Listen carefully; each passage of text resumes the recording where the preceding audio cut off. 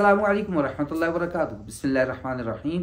नहमदुहू व नसल्ली अला रसूलिल करीम। अम्मा बाद। एक अजीब ट्रेंड चल पड़ा है, एक अजीब रस्म चल पड़ी है। मैं तो देख के कभी कभी हैरत होती है, क्योंकि मैं खुद बुनियादी तौर पर बलिहाज प्रोफेशन, बलिहाज पेशन एक मुदर्रस हूँ, टीचर हूँ, मुअल्लिम हूँ। तो हमारे पास बहुत से ऐसे केसेस आते रहते हैं। बिलखुसूस जिस केस की तरफ मैं आप सबकी तवज्जो दिलाना चाहता हूँ वो है बच्चों के बाल, और फिर असल में बच्चों के बड़े बाल, और फिर दरअसल बच्चियां नहीं, बच्चे, मेल जेंडर जिनकी मेल हो, मर्द हो, उनके बड़े बाल। तो कल का वाकया कि मैं कहीं गया हुआ था और वहाँ पर मेरे बिल्कुल दाएं तरफ एक बच्ची खड़ी है और उसके साथ उसका भाई, छोटी थी बच्ची। तो वो अपने भाई को कोई वाकया बता रहे अपने स्कूल के कि ऐसा हुआ और फिर मुझे ये मिला, ये इनाम मिला, और उसका भाई तवज्जो नहीं कर रहा, वो सामने देख रहा है। तो फिर मैंने उस बड़े भाई को मुतवज्जो किया, फिर सलाम किया उसके साथ। फिर उसको मैंने कहा नबी करीम सल्लल्लाहु ताला अलैहि वसल्लम की सुन्नत मुबारक ये थी, जब भी कोई उनसे हम कलाम होता था वो मुखातिब की तरफ भरपूर तवज्जो से देखते, उसकी तरफ मुड़ जाया करते। कभी मुड़ के ऐसे नहीं देखा, पूरा बदन, पूरा रुख उसकी तरफ कर लिया करते थे और पूरी तवज्जो से बात को सुना करते थे। चेहरे पे मुस्कुराहट हुआ करती थी, बेवजह तलीक़िन, खुश दिली के साथ, फराख पेशानी के साथ बात को सुना करते थे। आपकी बहनें आपसे बात कर रही, आप तवज्जो नहीं कर रहे, आई एम ए बॉय। मैं कह रहा हूं आपकी बहन है, आप उसकी तरफ तवज्जो नहीं कर रहे हो। इस दौरान में वो बच्चा बोला आई एम ए बॉय। मैंने हैरत से देखा, यहां तक उसके बाल, या अल्लाह माजरा क्या है।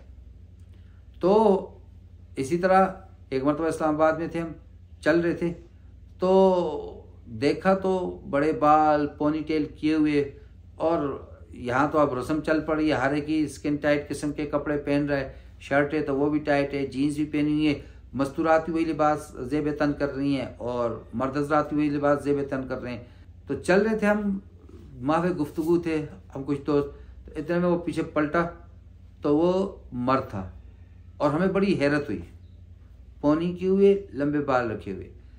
तो बाल कोई मर्दानगी की अलामत नहीं है, और मैं तो अमूमन कहा करता हूँ कि ये बाल जिसने रखने हो वो प्रैक्टिकल लाइफ के बाद रखे। बचपन, ड्यूरिंग एजुकेशन, मदरसे में या किसी और इंस्टीट्यूट के अंदर वो पढ़ रहा है तब नहीं।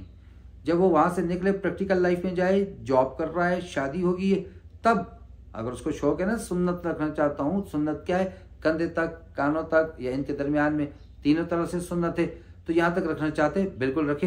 लेकिन प्रैक्टिकल लाइफ में जाने के बाद, ज़माने तालिब इल्म में नहीं, स्कूल कॉलेज यूनिवर्सिटी में नहीं, मैं कहा करता हूँ तब ये सुन्नत नहीं होती, फैशन हुआ करता है। और जब हम बच्चा छोटा होता है उसके बड़े बड़े बाल रखते हैं और हर एक कहते वाह कितना खूबसूरत लग रहा है, कितना क्यूट लग रहा है, कितना प्यारा लग रहा है, और हर एक उसके बालों में हाथ फेर रहा है, और वो भी अपनी झटक रहा है यूं बालों को, जुल्फों को, और लड़कियों की तरह यहाँ से यूं कर रहा है। और मेरे भाई, मर्द को क्यों औरत बनाने पे लगे हुए हो? अब उस बच्चे के जहन में पड़ चुका है, रफ्ता रफ्ता उसकी ब्रेन वॉशिंग हो चुकी है कि अगर मैं छोटे बाल रखूंगा तो मेरे साथ अच्छे नहीं लगेंगे, या मैं अच्छा नहीं लगूंगा। फिर क्या होता है, नुकसान इसका क्या होता है? वो बच्चा जब ग्रो अप करता है, बड़ा होता जाता है, और जब उसके असातिज़ा कराम उसको कहते हैं, वालिदैन उसको कहते हैं कि बच्चे बाल मुनासिब कर दो, तो वो बच्चा फिर बाल मुनासिब नहीं करता। फिर आते हैं मौलवी साहब, तावीज़ दे दीजिए, हमारा बच्चा बात नहीं मानता।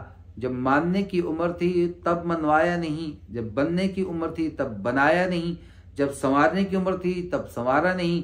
जैसे कि पौधा लग गया, अब उसकी तराश खराश की जरूरत थी, जड़ी बूटियों को तलब करने की, और जानवरों से और दूसरी चीज़ों से हिफाजत की जरूरत थी, बाड़ लगानी थी, तब तो लगाया नहीं, तब तो खुला छोड़ दिया।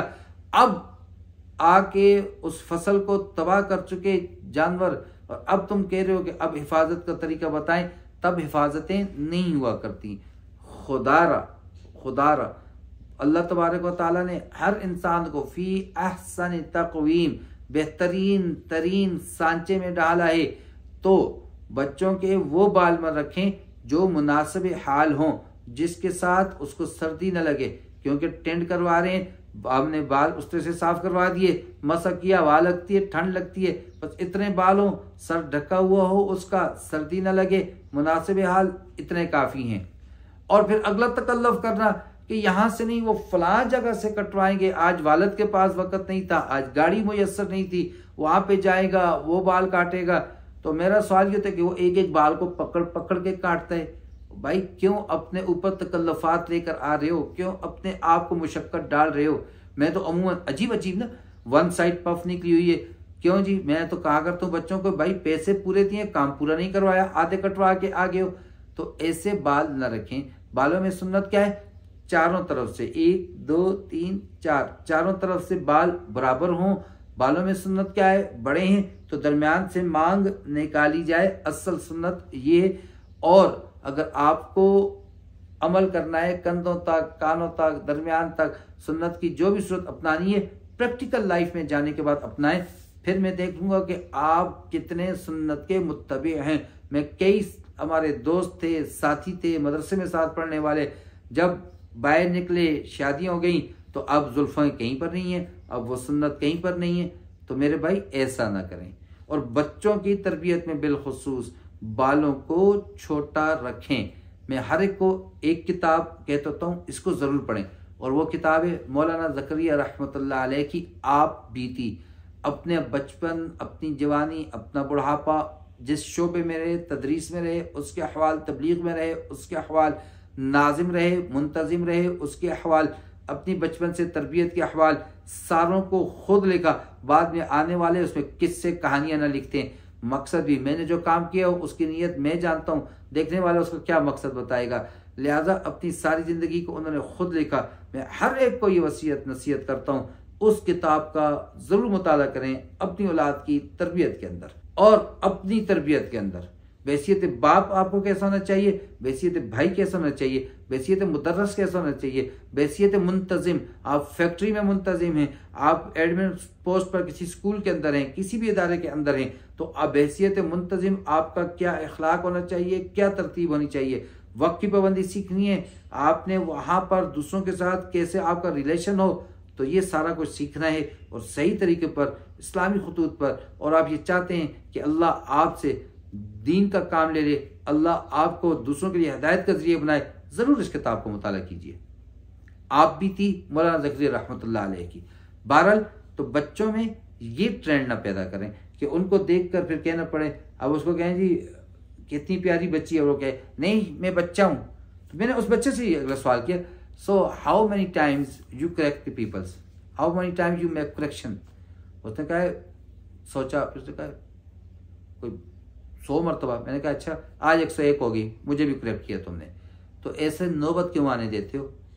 मर्द तो वो है जिसको देखकर उसकी मर्दानगी का पता चले, ना कि उसको बताना पड़े कि मैं तो मर्द हूँ। ऐसा ना करें मेहरबानी फरमाकर। औलाद की तरबियत में सादगी सिखाएं, उनको उम्दे से उम्दा, कीमती से कीमती लिबास पहनाएं, सुथरा लिबास पहनाएं। उनके जितनी आप केयर कर सकते हैं, ये जिल्द अल्लाह की तरफ से, जी बदन हमारे पास अमानत है, केयर करें। आप लोशन लगवाएं, खुशबुएं लगवाएं, तकल्लुफ़ात में न डालें उसको कि जेल लाया जा रहा है, खड़ा है, किसी के स्पाइस बने हुए हैं, कांटे खड़े हुए हैं, जैसे लगता है करंट लगा हुआ है उसको।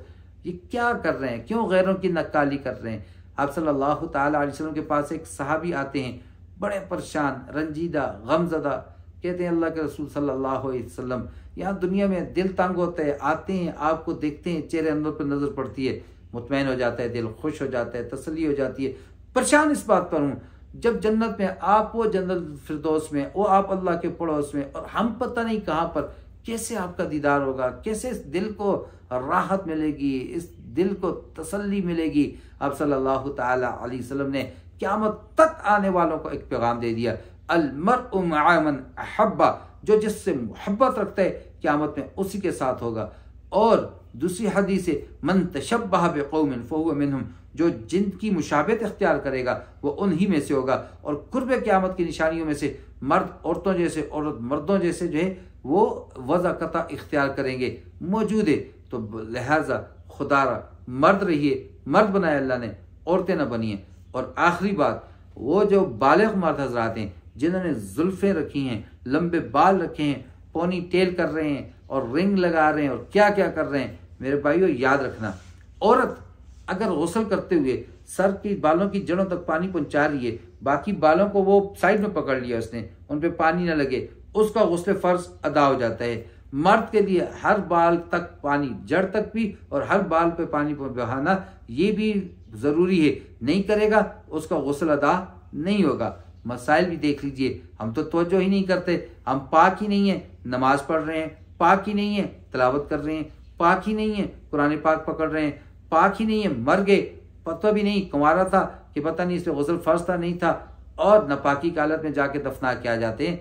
लिहाजा बच्चों की तरबियत में सादगी रखिए, सफाई रखिए, उम्दगी रखिए, अदब रखिए, उनको इन चीज़ों का तकल्लुफ़ात का आदी न बनाइए।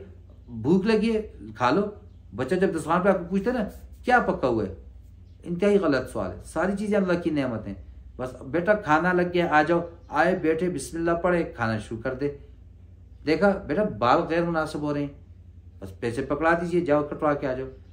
गाड़ी का, अब्बू का और इसका इंतजार ना कीजिए कब अब्बू आएंगे, कब गाड़ी होगी, और फिर लेके जा रहे वालिद साहब सारे काम छोड़ के वहां पे पहुंचा, पता चला राशि जी अब 3 घंटे बैठे हुए हैं, और वहां पर और वह जाम की दुकान में जो गुफ्तगू होती है और पॉलिटिक्स और इंटरनेशनल पॉलिटिक्स और फिर नाउज़ुबिल्लाह उसमें गलत कलिमात और गलत अल्फाज का कहना। लिहाजा बच्चों को उम्दगी, सादगी सिखाइए, तकल्लुफ़ से दूर रखिए, तायुश से, अय्याशियों से उनको दूर रखिए।